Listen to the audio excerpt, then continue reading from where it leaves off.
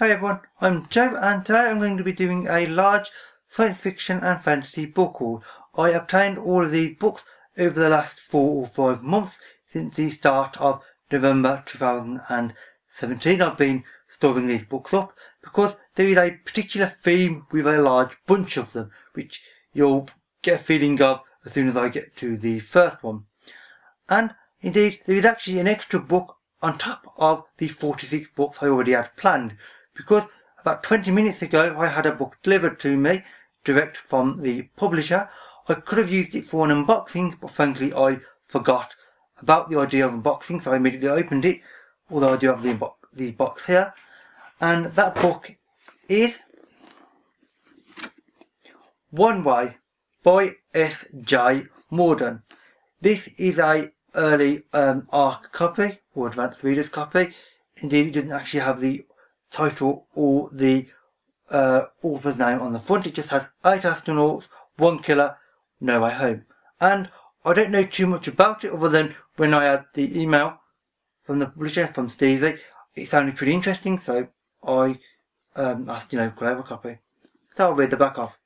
Xenosystems Operations, the future of space travel, has won the contract to construct NASA's permanent Mars base with its promises of fully automated equipment.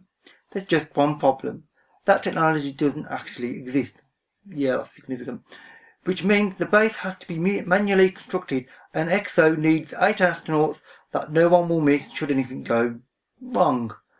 From its private prison, EXO assembles a team of murderers, thieves and sociopaths and trains them to face a chaotic and dangerous environment and quietly get the job done. That is, if they don't kill each other first. Trouble is, the NASA astronauts are due to arrive right after completion, and they aren't going to be happy to find a bunch of cons running their base. Luckily, on Mars, the odds of survival aren't exactly high, especially when someone's helping them along. So this is obviously using the popular idea of colonising Mars, which has been very popular in the last 5 years or so. Obviously with a certain Matt Damon movie sort of popularising the idea. And this has a thriller aspect with very dangerous criminals making the base, and they are presumably getting killed off by either each other or presumably NASA back on Earth are trying to sort of engineer ways to sort of kill them off through presumably airlocks failing or sort of assassinating them essentially from a long distance. So this could be an interesting one, and I'd be quite happy to get to it. The first planned book of this haul is one that I've actually already read, and indeed is the only one of this whole haul that I've read recently, anyway, and that is A Plague of Angels by Sheri S. Tepper. I buddy read this with Rachel, whose channel is Culinary, which I'll link below, recently in the last few months, and we both really enjoyed it. It is both science fiction and a slightly unusual mix of fantasy. The world is really curious because it has what appears to be fairy tale characters, but they're not exactly. It has stereotypical fantasy elements at first glance, but then they aren't exactly, but they also are. It's confusing, strange, but really interesting. We both enjoyed it, and we both thought it was bizarre. And as you know, I like strange, unusual books, so this kind of idea. Next up are the first 2 novellas in the Tenseret series, and those are The Red Threads of Fortune and The Black Tides of Heaven, both by J.Y. Yang. I won these off a giveaway that James, whose channel is James Chatham, was doing a few months ago, and I chose these, and these sound pretty interesting. I'll read the back of the book for the first one. Fallen prophet, master of the elements and daughter of the supreme protector, Sanal Mokoya has abandoned the life that once bound her. Once her visions shaped the lives of citizens across the land, but no matter what tragedy Mokoya foresaw, she could never reshape the future. Broken by the loss of her young daughter, she now hunts deadly, sky-obscuring Naga in the harsh outer reaches of the kingdom, with packs of dinosaurs at her side. Okay. Far from everything she used to love. On the trail of a massive Naga that threatens the rebellious mining city of Batanar, Mokoya meets the mysterious and alluring rider. But all is not as it seems. The beast they both hunt harbours a secret that could ignite war throughout the Protectorate. as she is drawn into a conspiracy of magic and betrayal. But Mokoya must come to terms with her extraordinary and dangerous gifts, always losing the little she has left to hold dear. These are the first two. There will be a third released roughly around now, around the spring of 2018, and there will be a fourth one in 2019. How much longer this series will continue, it's a novella series, I do not know.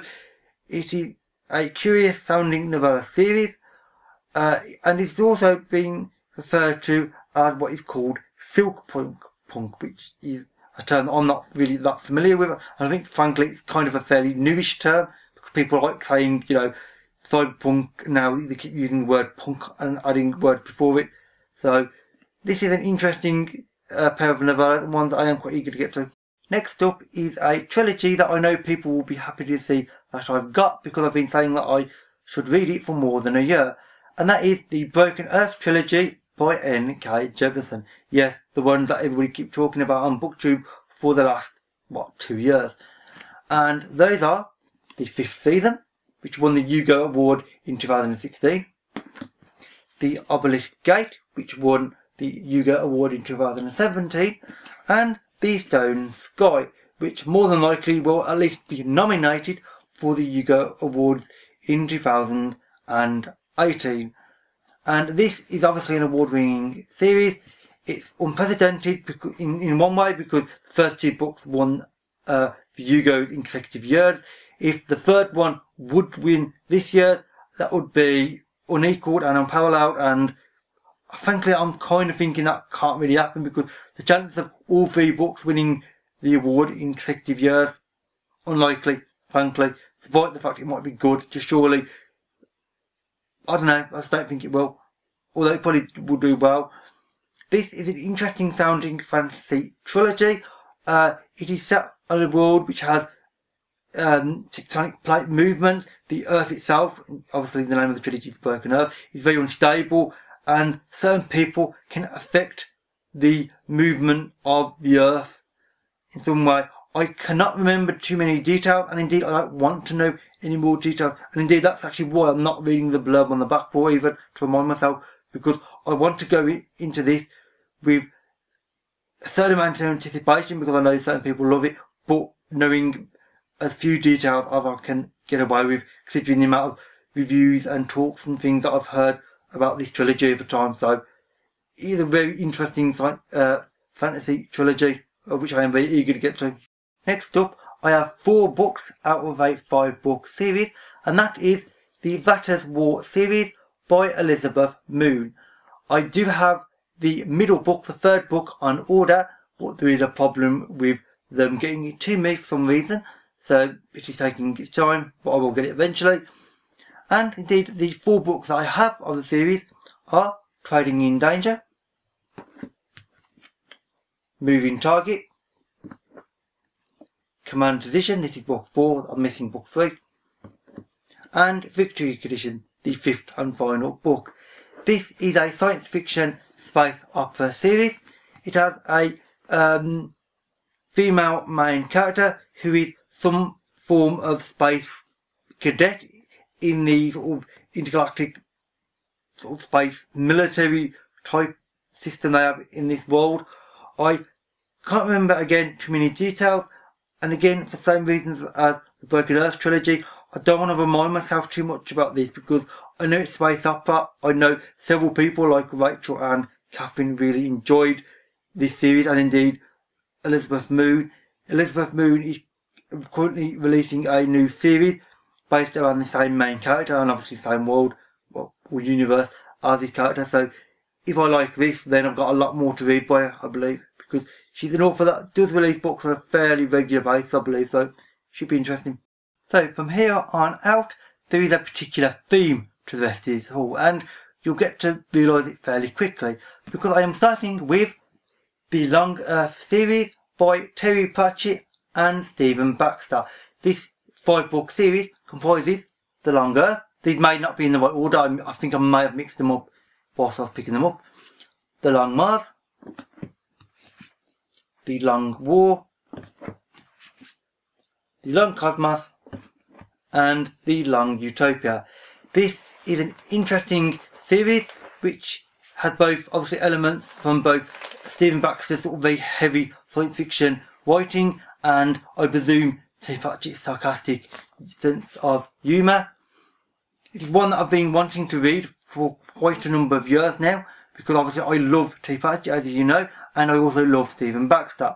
So frankly, I actually don't know too much about the series other than the fact that the two authors are ones that I love, and that's the reason I bought this series because it's a no-brainer, frankly, it really is. It has an interesting premise and it has multiple worlds and space travel and all sorts of weird and wonderful ideas. The fact that it has both Pratchett and Baxter should present some interesting ideas and a very interesting reading experience, and I am very eager to get to this series. Next up is Good Omens by Terry Pratchett and Neil Gaiman. Now, I already own this book, or I did. I actually gave my copy away to my sister, and basically I just love this edition. This is a hardback edition published by Gaiman. It is part of the Discworld Collectors Library edition line. It is not a Discworld book, however, but because of its popularity and its importance to Terry Pratchett as an author, they basically decided to sort of include it in this cover design, although it does have a different finish apparently to the other books. This is one that I love dearly. I have read this book multiple times in the past, several dozen times actually over the years, over the last 20 years plus, and it is really interesting. It is a interesting mix of fantasy and sort of humour. It basically think of the film The Omen, the older one with Gregory Peck, and basically just think of injecting Terry Pratchett's humour into The Omen, you know, and the whole idea of the Antichrist bringing Armageddon and the end of days. And it's really sarcastic and tongue-in-cheek and brilliantly well written, and this book is fantastic. I love this book. And indeed, they are currently making or have made a television series based on this, which I am curious to see what they do with. Hopefully they do it justice. I expect they will. So, you may have noticed the theme already, and if you haven't already guessed, it's going to be pretty obvious that the theme is Terry Pratchett. The Colour of Magic. This is the first Discworld novel. This is published by Gaiman. Gaiman do all the Discworld novels in these paperback editions. They are heavily black with one picture in a particular other colour. But I couldn't decide on which edition I liked because there was another edition which you may have already guessed at that I also liked, and that is the Discworld Collectors Library and The Colour of Magic again. So I have now two copies of the same book. My copy that I did have, which I've shown in videos before, which is falling apart in terrible condition, I no longer have because I have given my entire Discworld collection to my sister. For the simple fact that for many years now, my Discworld collection was broken. I had it in both paperback and hardback, and of those are in different edition lines as well. So it's just not matching at all, and it was bugging me for years. And now I am fixing the flaw with my collection because the rest of this collection, well, I kind of have, frankly. So if you don't like the Discworld, yeah, you're not going to enjoy this part. If you do like the Discworld or enjoy beautiful books, you're going to enjoy the rest of this video because basically these are all beautiful and works of art, frankly. Because they're like fantastic. Equal Rites. Mort. Sourcery. Weird Sisters. Pyramids. Guards. I particularly like this one because you got the dragon there and it's on the back as well, and it's just the colours of it are frankly amazing. Eric. This is the finished one of the lot, which is unsurprising. Moving Pictures. Basically they're bringing Hollywood into the Discworld, which is a fun one. Reaper Man, a death book, which is a board a witch's book, obviously. Small Gods, which is not one of the particular main branches. It's focused on an interesting idea, that's what I'm going to say. Lords and Ladies, a witch's book again. Men at Arms. Soul Music, I particularly like this one because it's got the guitar straight down the centre, which is on the back. And they've all got special blurbs, because obviously it's all about the design. They've got ultra short blurbs, they've barely got any blurb fun play, and they don't need it because this is Discworld. I mean, if you don't know what Discworld is, then I'm not going to describe it to you. It's, well, I will, as I'm doing the other books, which are Interesting Times, Masquerade, Feet of Clay, The Hogfather. This has been particularly popular, I've discovered since I've been on BookTube. It is about, well, it's the Discworld equivalent of Father Christmas, but it goes wrong in a very strange way. And indeed, yes, that is Death's face on the front cover, a skull made up of Christmas decorations. You've got candles, you've got baubles. It's strange, but it makes perfect sense, and you'll see why if you read the book, or have indeed read it. Next we have Jingo. I love this cover because this is actually the same as the original Corgi paperback design, but obviously it's been all made all quite fancy looking. And it's got the two gold crossing swords and the two cultures clashing, because that's what it's about, it's culture clash. The Last Continent, particularly sort of orange one. This is basically Pratchett being very sarcastic about Australia, which is frankly fantastic. Carpe Jugular is talking about, well, vampires in that, basically. The Fifth Elephant, about a giant elephant that once fell on the disc, which I'll describe in a minute. The Truth, this is one of the industrial novels, you know, it brings sort of technology into the books. Thief of Time, which I haven't actually read, and indeed from this point on I haven't read that many of these now, because of my broken collection. Night Watch, one of the guard books. Monsters Regiment, and they are getting bigger at this point as well. And finally, Going Postal. So that is the entire Discworld collection in these particular Discworld Collectors Library Editions.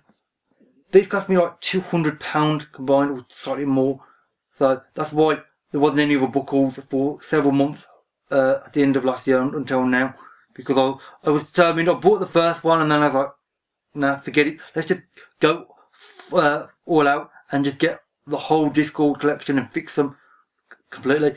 They haven't released all of the Discworld collection yet in these editions. They're releasing 2 or 3 of them each year, so it's going to take another 3 or 4 years for me to actually complete them in these particular editions. In the black editions, which I have showed you recently, which are these, they have got all of them, I believe, out in these editions, so I'm going to buy them in these as well. So yes, I'm going to have 2 full collections of the Discworld books. You didn't know, I really like the Discworld. The idea of the Discworld is fantasy. It is a big round disc which rests on the back of 4 world turtles, which themselves are standing on the back of a world turtle, which flies through space. As you do. It sounds mad, and the Discworld is mad, but it's also funny and brilliant, and I learnt to read with this book, and the Discworld and Pratchett means the world to me. And indeed I will be talking a lot more about Pratchett in the near future, because now that I've got his books in a format that I like and I'm happy with, I'm now going to, I've got an idea for Pratchett now. So I'm very happy to have these books, as you can tell, because I'm just, it's something about I've been wanting to fix my Discworld collection for more than a decade now. Considerably more than a decade. I just haven't known what edition lines to buy them in. But now that the Discord books there won't be anymore, it solves the problem, and now I can buy them with confidence. And with that said, that is it for this book haul. If you've read any of these or would like to, then please leave a comment. If you want to know more about any particular book, again, leave a comment and I can describe it. I will take Instagram pictures, particularly of the Discord books, because I know those are going to be very popular. And indeed, my Instagram account is always linked in the description box below, as it always is, along with all my other social media, and indeed the YouTube channel that I mentioned earlier in the video. I mean, that said, that is it for this video. So, thank you for watching, and I'll see you another day. Bye for now.